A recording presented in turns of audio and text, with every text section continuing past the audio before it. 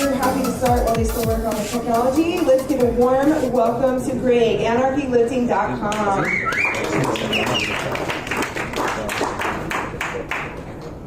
Thank you, Catherine. I really appreciate that warm introduction. How's everybody doing this morning? All right, getting woke up a little bit? Just getting there. So I want to start off with a question. How many people have experienced depression in some form or another, just by show of hands? Okay, no, it's the majority of the room. It's kind of what I expected. And usually we attribute, categories to it or levels, and we're either the type that had to deal with it all their lives, or the type of people that had to deal with it when they lost a loved one, they experienced some kind of loss. My particular depression was transformative in that I ended up on the other side of it a completely different person. Okay, because I didn't really understand self-awareness back then. I didn't know what that was.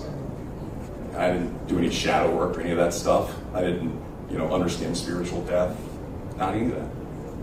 But what I didn't know was that I loved to entertain people. I loved to make other people laugh. Okay, their joy became my joy. But I wasn't really feeling joyful at the time.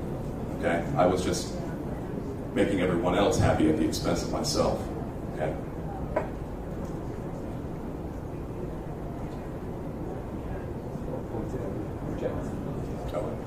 Makes sense.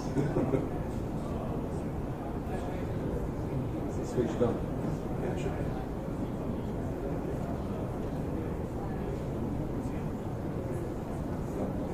Okay. Well, I'll just talk until I figure it out. Anyway, so during that time period, of going through what I went through, I was experiencing, a lot of confusion, and at the time, all I wanted to do was just entertain people. That's all I wanted to do. So basically, just by doing that.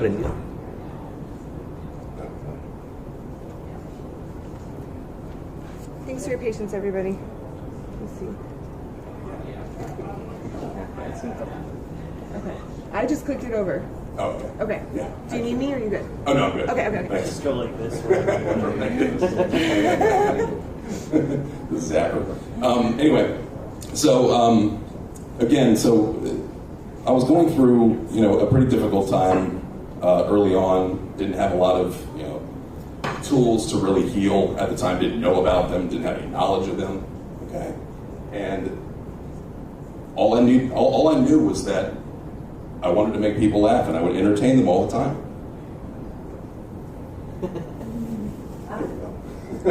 So there's me on the left, the skinny, bony kid.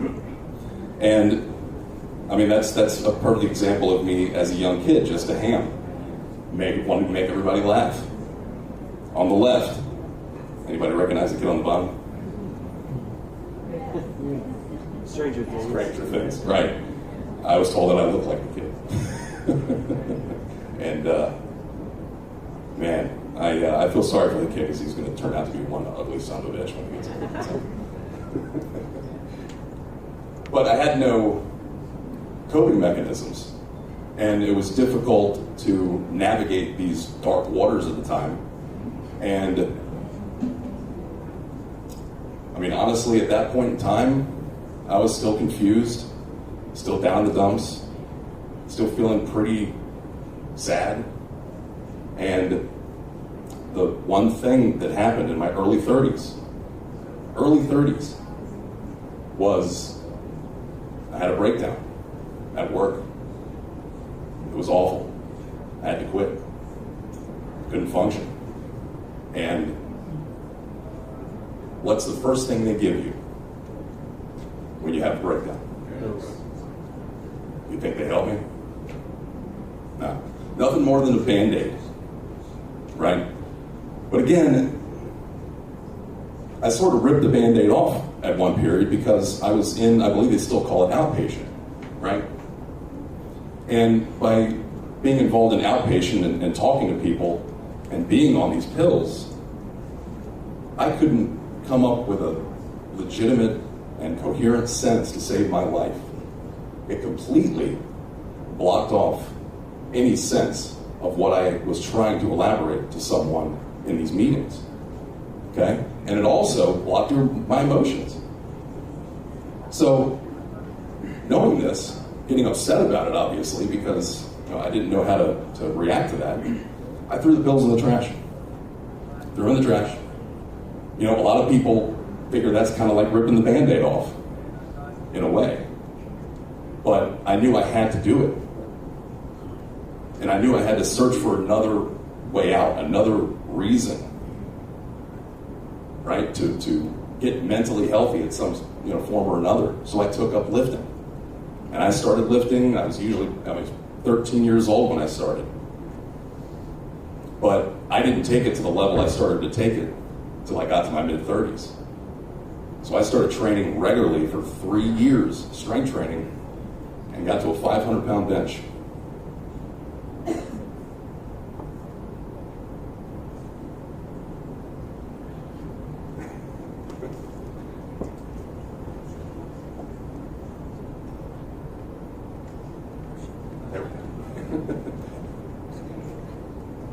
So at that point, you get to a 500-pound bench, you're doing pretty well, right? You're doing pretty well in physical fitness, you're strong. And at that moment, I was still using the gym as a crutch, but not a tool. Okay, I wasn't using it in the way it should be used. And around the same time, I was introduced to Larkin Rose and his book. And I got Larkin's book, I started reading it, learned a lot about this kind of stuff, learned a lot about freedom, learned a lot about truth, learned a lot about self-reliance. And learning about self-reliance got me starting a company. Okay, taking a risk, doing something new. And I started making t-shirts.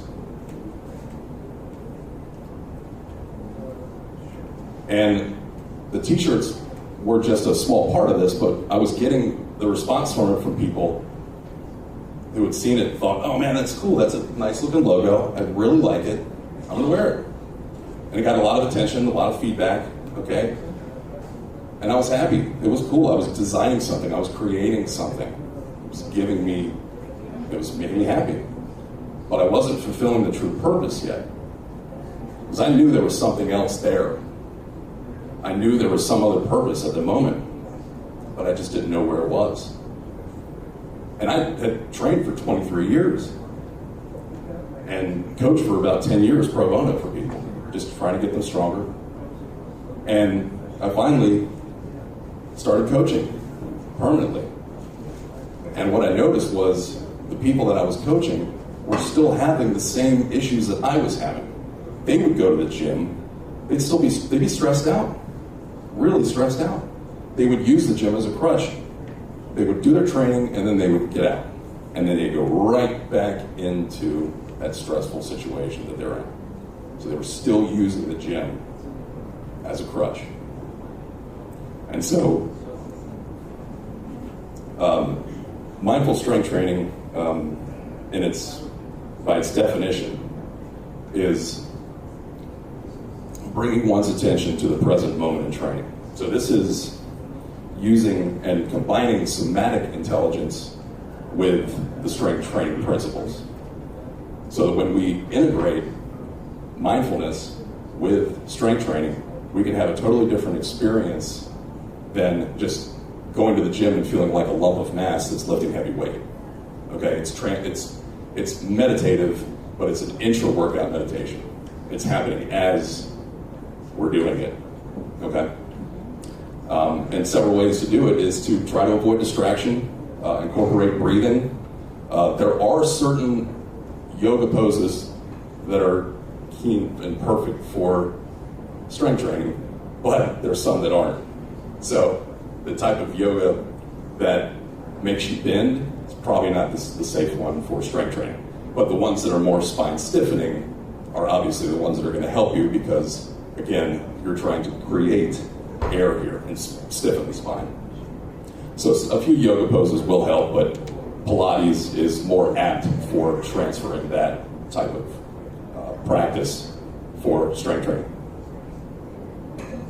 We can do this a lot of ways, and sort of the foundations of mindful strength training and actually applying it. Visualization is a big one. This one, Alan Richardson, in 2004, did a visualization study just with basketball players and free throws. And he did this with the idea that guys were going to improve. Now, the same guy, Alan Richardson, did the same thing with strength athletes. And they got 35% stronger just from visualizing. They never went into the gym.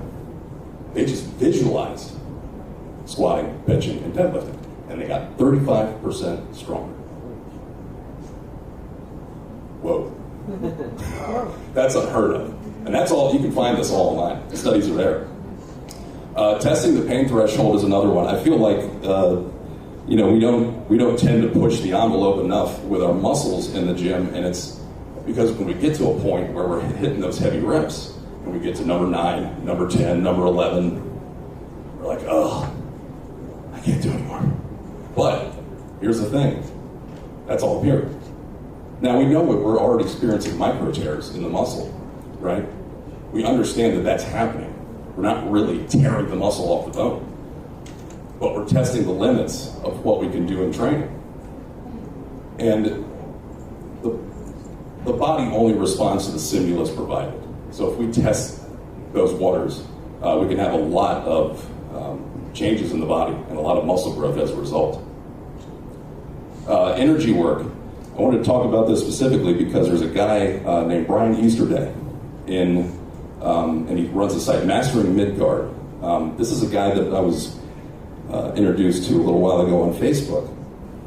And Brian is an incredible guy, and he does work. He's a big astrologer, he's a rune shaman, and he has a lot of knowledge, very deep knowledge of Norse tradition. So he showed me the Ul breath. Is anyone familiar with the Ul breath? Okay. Yeah, it's part of the Norse tradition and their meditation.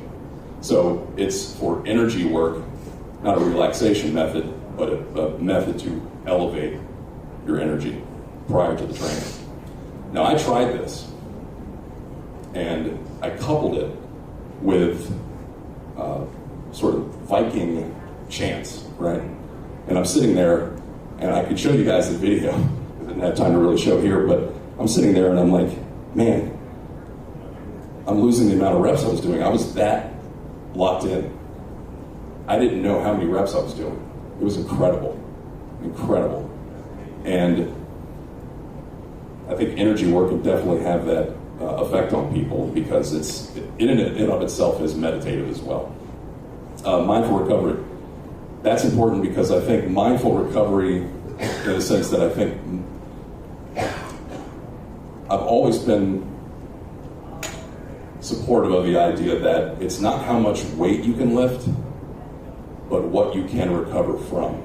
So your recovery should be the primary vehicle. Okay. Mindful eating. I know there's a lot of controversy about, especially with anarchists, about all the diets. And I mean, I feel like I can get anybody strong on any diet on these programs just by having some of those, obviously some of those minerals and the micronutrients dialed in. If we're dialed into the proper micronutrient supplements, then we can mess with our macros. We can mess with our proteins and carbohydrates and all that. But if we don't have that baseline to work with, then we're not starting at a good place anyway. Training for longevity. This is one of the key ingredients because we all want to be that person that's still training at the gym when we're 80 years old. We still want to be strong bones, good bone density, and training to that long. But I've seen people in my sport have to retire early at 50 years old because they pushed the limit too much. They weren't training for longevity. So I specifically add longevity as the key component to the programs, okay? It's to slow down, take that 5-pound personal record instead of that 20-pound record that tears your muscles, right? Slow down, be the tortoise, right, not the hare.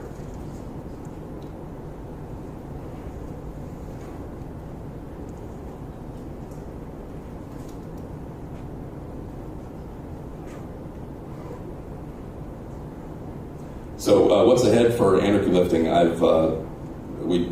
were touching on it earlier about children with autism. I'm going to be working specifically with them back locally and working with parents, children with autism in nutrition, getting them nutrition protocols, getting them the right food, and obviously putting them on a good program because they need to stay active.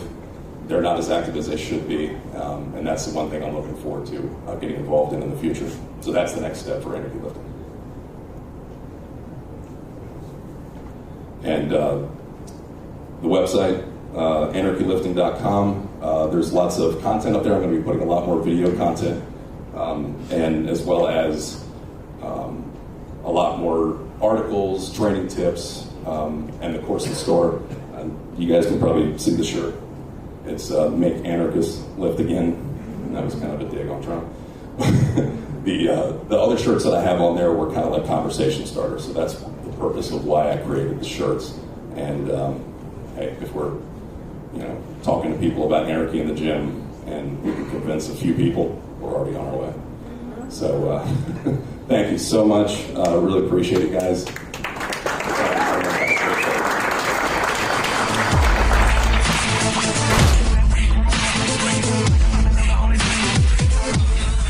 Anarchapulco, it's so hype, I'm trying to tell ya. This the event of the year and best vacation ever. Ron Potter, Jeffrey Tucker, just to name a few. Get your tickets, you don't wanna miss it. You should roll through. Talking politics to health and self-improvement to investing. So many things, not one thing. Learn how to live life unchained, yeah.